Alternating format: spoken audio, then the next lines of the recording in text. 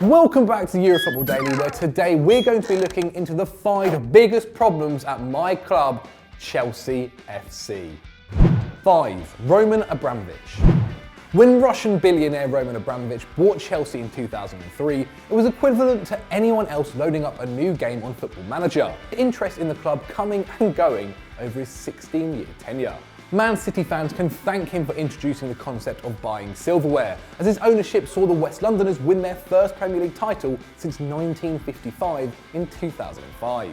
His total expense of £1.1 billion on transfers and £2.5 billion on wages has driven the Blues' business model of buy talent and titles, sell merch and media rights. Previous seasons have seen Abramovich a regular figure donning his blue and white scarf in his hospitality box. However, interest in his footballing hobby is at an all-time low, with the tycoon failing to make it to the bridge for a single game this season. This is mainly down to visa problems that prevented the Russian entering the UK in the summer. While he has sorted that out by acquiring an Israeli passport, the damage had been done, and he reportedly feels that he should have been shown more compassion after pumping money into the West London industry for over a decade. He's consequently pulled out of the £1 billion Stamford Bridge rebuild that was planned to turn the old stadium into a 60,000-seater due to current unfavourable investment climate, an indication he's preparing his exit. Additionally, with a potential fallout on the cards, US sanctions have started targeting wealthy Russians. Bloomberg are reporting that Abramovich is already making plans to sell the club. They claim that he has hired a New York bank to advise a sale and the end of London Grad. The estimated value reportedly sits at £3 billion, which would make the club the most expensive sports team in history. 4. Bad business. Ironically, considering they're owned by one of the richest men in the world, Chelsea have been at the centre of some terrible business in the last few seasons. Since 2012-13, the Blues have spent around £900 million on transfers. In return, Chelsea have added an FA Cup, 2 domestic titles and a Europa League trophy to their cabinet.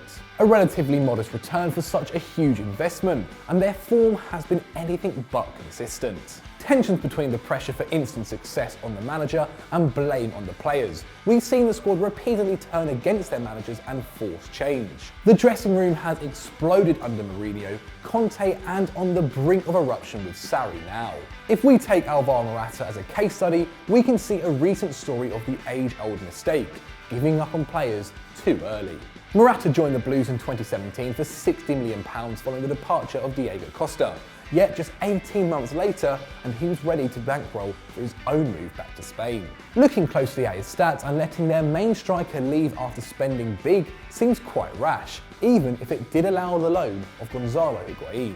The Spaniard started brightly and has scored 11 from 12.9 expected goals, a totally reasonable return, and his XG of 0.5 goals per 90 was actually higher than Higuain was managing in Italy. Morata was even showing signs that he could fit into Sarri's system, making 15 pressures per 90, higher than both Harry Kane and Sergio Aguero.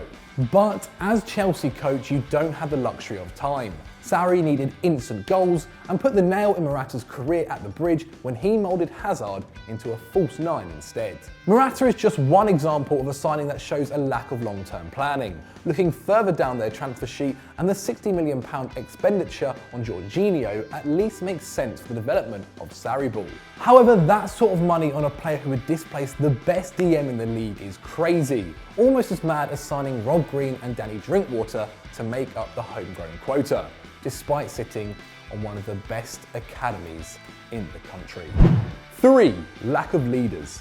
Maurizio Sarri reportedly has 2 weeks to save his job.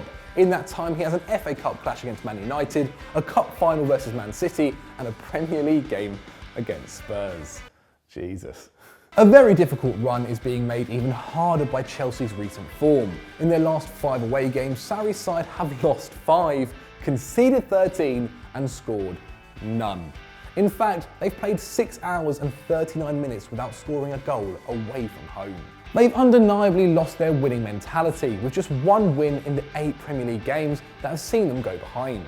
Gary Cahill remains the club captain despite being frozen out of the first team and registering just 21 minutes of Premier League football. The armband has since been handed down to Cesar Azpilicueta, who's giving off prefect vibes rather than the playground bully edge that Chelsea need. John Obi Mikel has blamed a lack of leaders in the team for what Jamie Carragher coined the Arsenalification of Chelsea. In 2014-15, Mourinho led them to the title after bringing back Didier Drogba. The following season he left and the side collapsed. Likewise, Antonio Conte relied upon John Terry's leadership and experience in the 2016-17 win. Despite the defender rarely making an appearance on the pitch, his influence was huge. And according to Mikel, that is what is missing. He claims that when his Chelsea side were losing, the dressing room was a scary place to be. Following a half-time talk by the manager, whoever it was, JT would step up and smash up the changing room, galvanising the players and sparking a reaction on the pitch. Instead, the 2018-19 season has seen chit-chat in the tunnel and shirt-swapping with rivals. 2. Youth treatment. The Chelsea Youth Academy is unrivaled, winning their 5th consecutive FA Youth Cup in May 2018 and winning 7-1. Yet just one alumni is currently making it into the squad, Ruben Loftus-Cheek. The England international has made just 1 start under Sarri and 11 appearances off the bench, barely giving him a reason not to take a loan move, an option that 41 Chelsea players have opted into. The treatment of Chelsea's youth talent has come under scrutiny this season, following the treatment of rising star Callum Hudson-Odoi, who attracted the attention of Bayern Munich. The 18-year-old graduated into the senior side, however has been limited to just 74 minutes of Premier League football, through 4 appearances from the bench and not one single league start. That's a world away from teenage sensation Jadon Sancho's triumph in Germany. Probably not hugely impressed by the £60 million signing of fellow future talent Christian Pulisic, and unhappy with his lack of minutes, Hudson-Odoi is pushing for a move away from London and has refused to sign a new £70k a week contract. The England under-19 international can look at ex-academy teammate Mason Mount, who's become a regular in Lampard's Derby side and been tempted by life away from West London.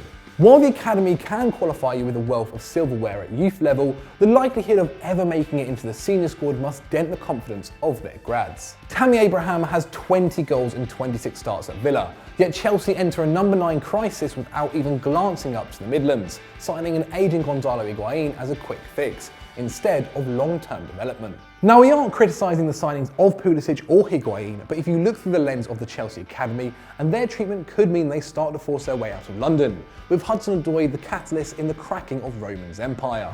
1. Lack of identity. Now, what do Chelsea actually want? A new style of attractive football following their manager's strict, distinctive philosophy, or instant success?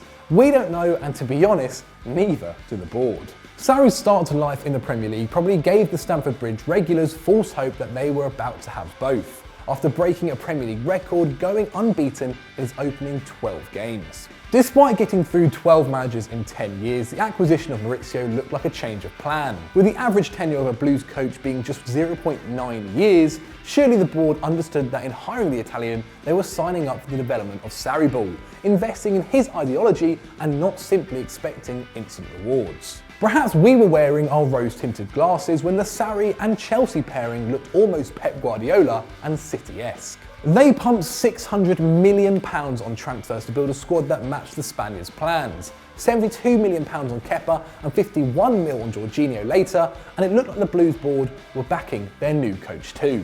But really, £123 million to implement a whole new philosophy on a team that were previously playing under a defensive coach is idiotic. The club need to have patience if they want to change their revolving door approach to managers, but with a 65% win rate, the same as Conte's, and a 4-0 loss against Bournemouth, bettering the defeat that got the Italian sacked, followed by their humiliation against City, and it looks like Sarri's days in the dugout are numbered. So those were our 5 biggest problems at my club, Chelsea. Have we missed out on any other problems though? And what do you think of those ones that we raised? Please let us know in the comments below and we'll try and get back to you. If you've enjoyed this, why not check out Stat Wars the Champions? It's back, baby. Seagull versus Doogie. It's a clash of the titans. And as always, guys, don't forget to like and subscribe. We'll see you later.